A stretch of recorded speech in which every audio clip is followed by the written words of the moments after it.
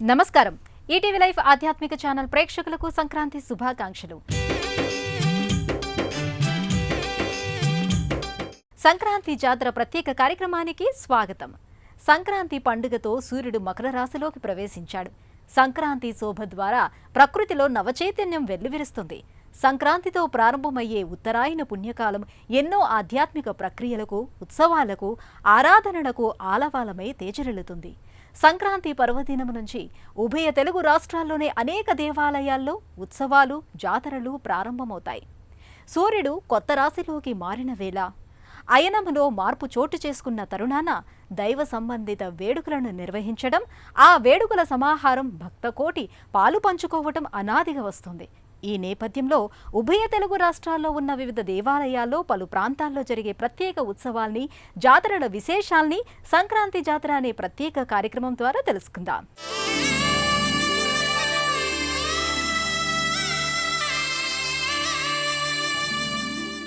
సకల బ్రహ్మాండానికి గరిమనాభిగా శ్రీశైల మహాక్షేత్రాన్ని ప్రస్తావిస్తారు.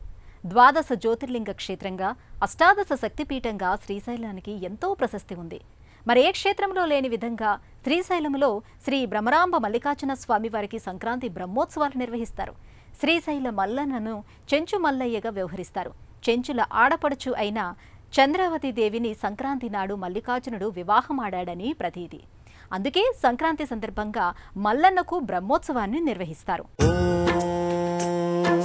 మహాప్రాణదీపం శివం శివం మహుంకార రూపం శివం శివం మహాసూర్యచంద్రాగ్నినేత్రం పవిత్రం మహాగాఢతిమిరాంతకం సౌరగాత్రం మహాకాంతి బీజం మహాదివ్యతేజం భవానీ సమేతం భజే మంజునాథం ఓం నమః శంకరాయ. చెంచు మల్లయ్య మాపై దయ ఉంచు మల్లయ్య అంటూ భక్తులు ఆర్తిగా కీర్తించే శ్రీశైల మల్లికార్జునుడు సంక్రాంతి పండుగతో బ్రహ్మోత్సవ శోభను సంతరించుకున్నాడు. ప్రతి సంవత్సరం సంక్రాంతి శుభ సందర్భాన్ని పురస్కరించుకుని మల్లన్నకు బ్రహ్మోత్సవాన్ని కన్నుల పండుగగా నిర్వహిస్తారు. ధ్వజారోహణ ఉత్సవాలు ప్రారంభమవుతాయి. శివ ప్రతినిధి అయిన నందీశ్వరుని వద్ద అష్టమంగళాలు లభించిన ధ్వజపటానికి పూజలు నిర్వహిస్తారు. పరమేశ్వరునిపై అఖండ భక్తిని పెంచుకుని ఆయన్ను ఆరాధించిన భక్తాగ్రేసరుడు భృంగి. 3 పాదాలతో సంచరించే భృంగికి 3వ పాదం ఈశ్వర అనుగ్రహం వల్ల చేకూరింది. శివుని అర్ధనారీశ్వర తత్వానికి ముఖ్య కారకుడు భృంగి. అందుకే బ్రహ్మోత్సవాల్లో మొదటి రోజు భృంగి వాహనంపై భ్రమరాంబ మల్లికార్జునులు విహరిస్తారు. పరమేశ్వరుడి భక్తుల్లో అగ్రగణ్యుడు రావణాసురుడు. దుష్ట ప్రవర్తన ఉన్నప్పటికీ అచంచలమైన శివభక్తి ద్వారా శివుణ్ణి ప్రసన్నం చేసుకున్న భక్తాగ్రేసరుడు. శివుని ఆత్మలింగాన్ని సైతం దక్కించుకున్న శివభక్తుడు. ఆ సంవిధానంలో భ్రమరాంబ మల్లికార్జునులు బ్రహ్మోత్సవాల్లో 2వ రోజు రావణ వాహనంపై విహరించడం సంప్రదాయంగా స్థిరపడింది. శిలాది మహర్షి వరపుత్రుడు నందీశ్వరుడు. శివ కరుణ వల్ల ఆయనకు వాహనంగా అమరిన పుణ్య ఫలగ్రహీత. మకర సంక్రమణ పవిత్ర కాలంలో భ్రమరాంబ మల్లికార్జునులు నంది వాహనంపై విహరిస్తారు. నంది వాహనంపై ఉన్న పార్వతీ పరమేశ్వరుల్ని దర్శించుకోవడం ద్వారా కైలాస ప్రాప్తి చేకూరుతుందని శివపురాణం పేర్కొంది. మకర సంక్రాంతి బ్రహ్మోత్సవాల్లో ముఖ్య వేడుక నేటి సంక్రాంతి సాయంత్రం జరిగే స్వామి అమ్మవార్ల కళ్యాణోత్సవం. నంది వాహన సేవ అనంతరం పుష్ప సౌందర్యంతో ప్రకటితమయ్యే కళ్యాణ మంటపంలో భ్రమరాంబ మల్లికార్జునుల కళ్యాణోత్సవం కమనీయంగా కొనసాగుతుంది. కళ్యాణ వేడుక అనంతరం భ్రమరాంబ మల్లికార్జునులకు పుష్ప పల్లకీ సేవను నిర్వహిస్తారు. గన్నేరు పువ్వులంటే ఈశ్వరునికి ఎంతో ఇష్టం.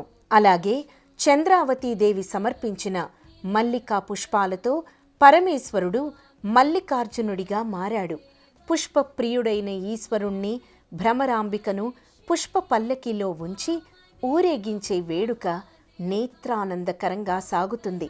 బ్రహ్మోత్సవాలలో భాగంగా ప్రతినిత్యం విశేష రుద్రయాగాన్ని నిర్వహిస్తారు. అలాగే చూర్ణోత్సవం పేరిట వసంతోత్సవాన్ని నిర్వహిస్తారు. ఆలయంలోని మల్లికాగుండంలో త్రిశూల స్నానాన్ని ఆచరిస్తారు. ధ్వజా అవరోహణంతో బ్రహ్మోత్సవాలు సుసంపన్నమవుతాయి.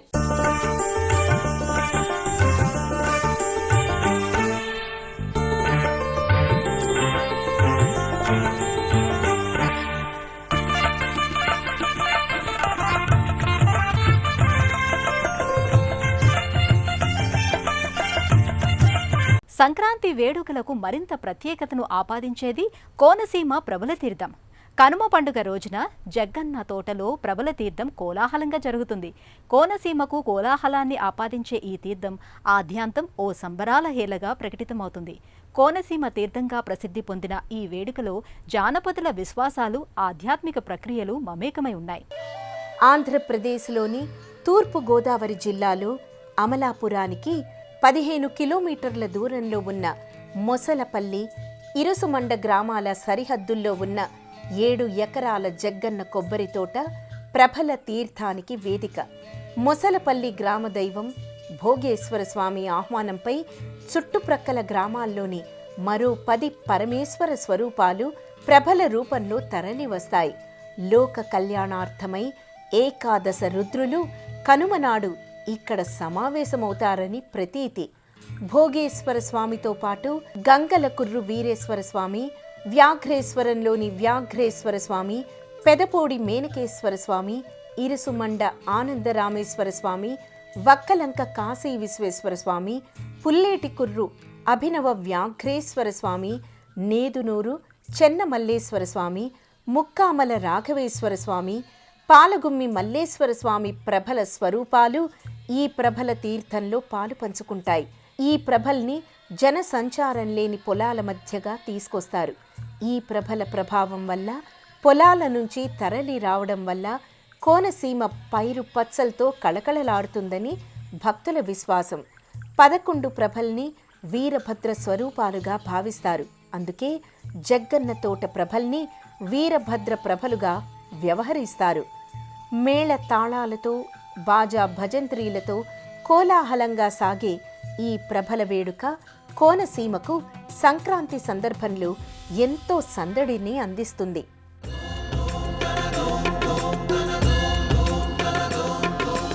అరుణధవళ స్వర్ణోదయ దీప్తిం అఖిల భువన చైతన్య ప్రసారం కాలగమన సత్కారణ ధీరం తం నమామి గ్రహనాయక సూర్యం అమృత కిరణ రసరమ్య ప్రవాహం లలిత లలిత లావణ్యలలామం మధిత మహిత మాధుర్య మనోజ్ఞం తం నమామి సాంద్రోదయ చంద్రం. తెలంగాణ రాష్ట్రంలో రెండవ అతిపెద్ద గిరిజన జాతరగా ఐనవోలు మల్లన్న జాతర ఖ్యాతిగాంచింది. వరంగల్ జిల్లా వర్ధన్నపేట మండలంలోని ఐనవోలు గ్రామంలో వెలసిన మల్లికార్జున స్వామి జాతర భోగినాడు ప్రారంభమై 3 నెలల పాటు ఏకధాటిగా కొనసాగుతుంది. సంక్రాంతి పండుగ నాడు ఈ జాతరకు లక్షల సంఖ్యలో భక్తులు విచ్చేస్తారు. 5 జన్మలెత్తినా సరే ఐనవోలు మల్లన్న జాతర చూడాలనేది లోకోక్తి. తెలుగునాట నిర్మితమైన శివాలయాల్లో అతి ప్రాచీనమైన వాటిలో ఐనవోలు మల్లన్న ఆలయం ఒకటి. మల్లన్న విగ్రహం ధీర గంభీరంగా ఉంటుంది. ఖడ్గం, ఢమరుకం, పానపాత్ర ధరించి ఉండి కేతమ్మ, మేడమ్మలనే 2 దేవేరులతో మల్లన్న దర్శనమిస్తాడు. కుజగ్రహానికి అధిష్టాన దైవంగా మల్లన్నను భావిస్తారు. నేటి సంక్రాంతి నాడు మల్లన్న కళ్యాణోత్సవం జరుగుతుంది. జాతర సందర్భంగా ప్రత్యేక అర్చనలు, శ్వేత శివలింగానికి మహాన్యాసపూర్వక రుద్రాభిషేకాలు, మహానివేదన, మంత్రపుష్పం నిర్వహించి భక్తులకు తీర్థ ప్రసాదాల్ని వితరణ చేస్తారు. ఈ సందర్భంగా భక్తులు స్వామికి బోనాలు సమర్పిస్తారు. ఈ జాతరలో మల్లన్నకు భండారి అంటే పసుపును విరివిగా భక్తులు సమర్పిస్తారు. వేడుకల్లో భాగంగా భండారిని ఒకరిపై ఒకరు చల్లుకుంటారు. కొత్త కుండలో కొత్త బియ్యంతో పొంగలి వండి మల్లన్న పొంగలి తయారు చేసి ప్రసాదంగా స్వీకరిస్తారు.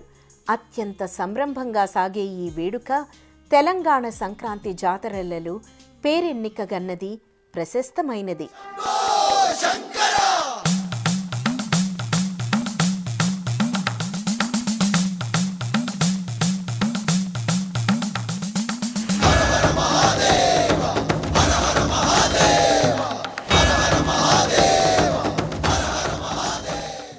సంక్రాంతి తరుణంలో ఆరంభమయ్యే మరో జాతర నాగోబా జాతర.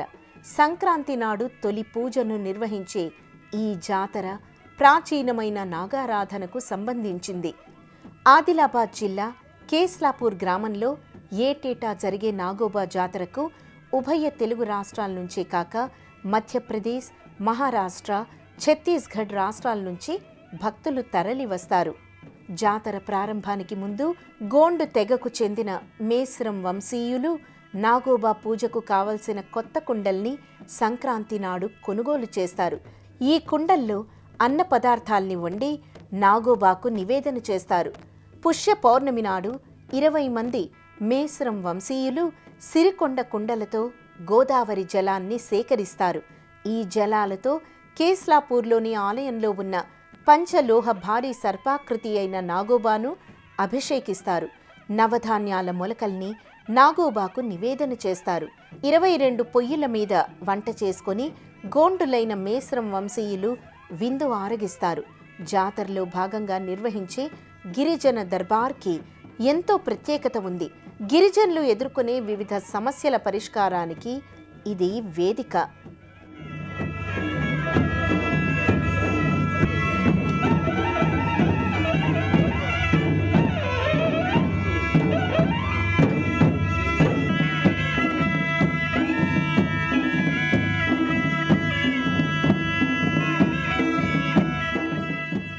సంక్రాంతి సందర్భంగా కొనసాగే వివిధ ఉత్సవాలలో వేటికవే ప్రత్యేకతను సంతరించుకున్నాయి. వీటిలో ఎమ్మిగనూరు రథోత్సవం, కడపరాయుని రథోత్సవం ప్రత్యేకమైనవి. రథంలో నుంచి శివకేశవుల్ని దర్శించడం ద్వారా పునర్జన్మ ఉండదని ఆర్షధర్మం ప్రకటించింది. సంక్రాంతి నాడు శుభారంభము పలికే ఈ రథోత్సవ వేడుకలు ఆయా ప్రాంతాలలో ఎంతో విశిష్టతను సంతరించుకున్నాయి. ఉత్తరాయణ పుణ్యకాలానికి ప్రత్యేకతను ఆపాదిస్తున్నాయి. ఆంధ్రప్రదేశ్లోని కర్నూలు జిల్లాలోని ఎమ్మిగనూరు నీలకంఠేశ్వరుడి రథోత్సవం నెల రోజుల పాటు కొనసాగుతుంది. సంక్రాంతికి ఈ వేడుక తారాస్థాయికి చేరుకుంటుంది. ఏటా పుష్యమాసమంతా ఎమ్మిగనూరు నీలకంఠునికి బ్రహ్మోత్సవ సంరంభం కన్నుల పండుగగా వర్ధిల్లుతుంది. ఎమ్మిగనూరులోని నేత కార్మికులు కాశీ నుంచి శివలింగాన్ని తెప్పించి కొన్ని వందల సంవత్సరాల క్రితం ఇక్కడ ప్రతిష్ఠించారు. వనపర్తి సంస్థానాధీశుల ఆరాధ్య దైవంగా ఈ స్వామి ప్రసిద్ధుడు. ఈ సంస్థానాధీశులే స్వామికి రథోత్సవ సంప్రదాయాన్ని ప్రారంభించారు. వీరప్ప అనే శిల్పి 30 అడుగుల ఎత్తైన రథాన్ని రూపొందించారు.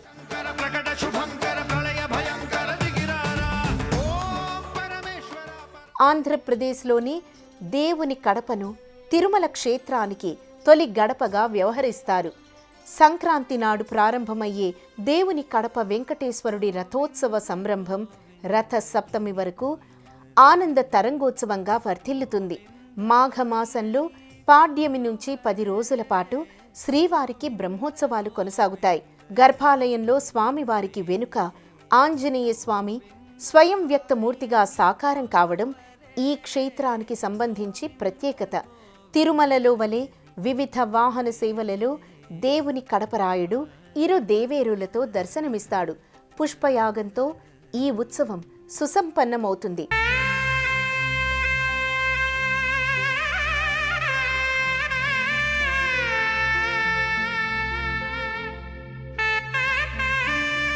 భద్రాచలం శ్రీ సీతారామచంద్రస్వామి ఆలయం తెలుగువారి అయోధ్యాపురిగా వర్ధిల్లుతోంది. శ్రీరాముడు తారక పరబ్రహ్మమై వెలిగే ఈ క్షేత్రంలో శ్రీరాముడు భద్రుడి కోరికపై వైకుంఠం నుంచి దిగి వచ్చాడని పురాణాలు విశ్లేషించాయి. చైత్రమాసంలో శ్రీరామనవమి బ్రహ్మోత్సవాలు ముక్కోటి ఏకాదశి సందర్భంగా 11 రోజుల ముందు నుంచే అధ్యయనోత్సవం ఈ క్షేత్రంలో కొనసాగుతాయి. ఈ అధ్యయనోత్సవాల్లో భాగంగా శ్రీ సీతారాముల దివ్యమూర్తులు వివిధ ఆలంకారిక విశేషాలతో భక్తులకు దర్శనమిస్తాయి. సంక్రాంతి ఉత్సవాల్లో భాగంగా నేటి సాయంత్రం శ్రీ సీతారామలక్ష్మణుల్ని రథంలో ఉంచి రాజవీధిలో విహరింపజేస్తారు.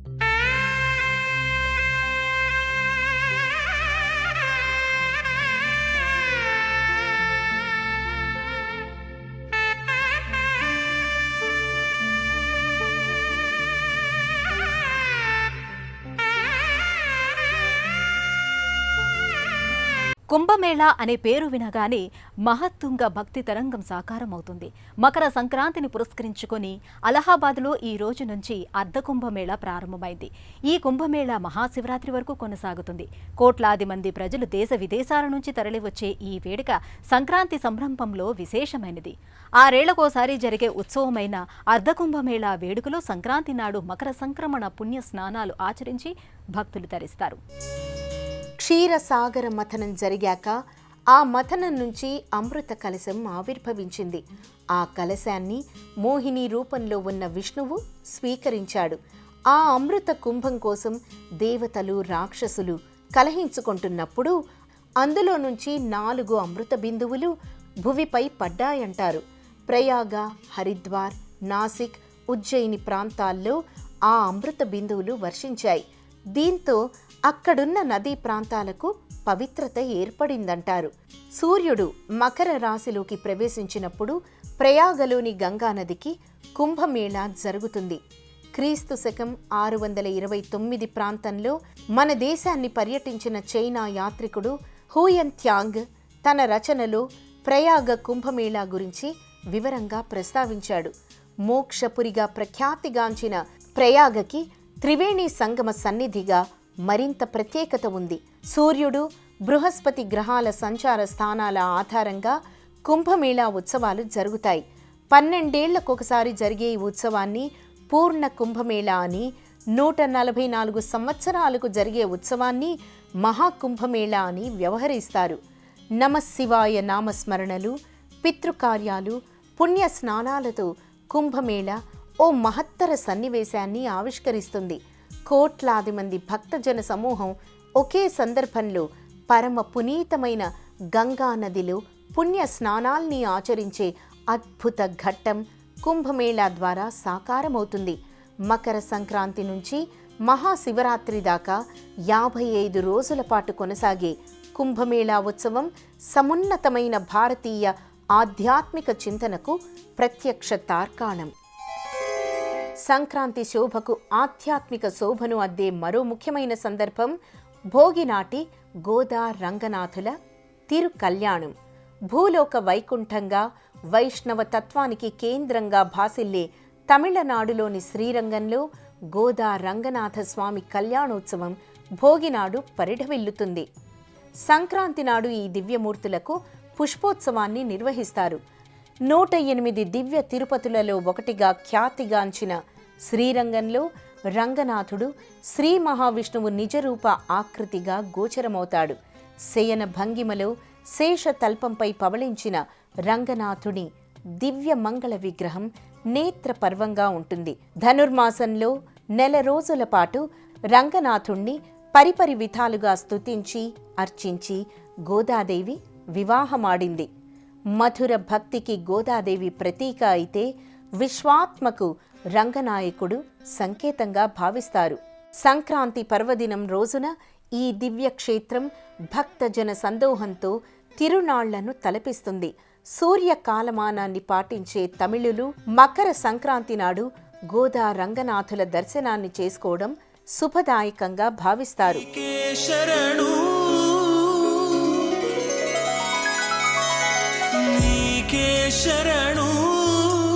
నీవు నన్ను కరుణించు, ఈ కడరా కడదిక్కు ఎవరున్నారికను.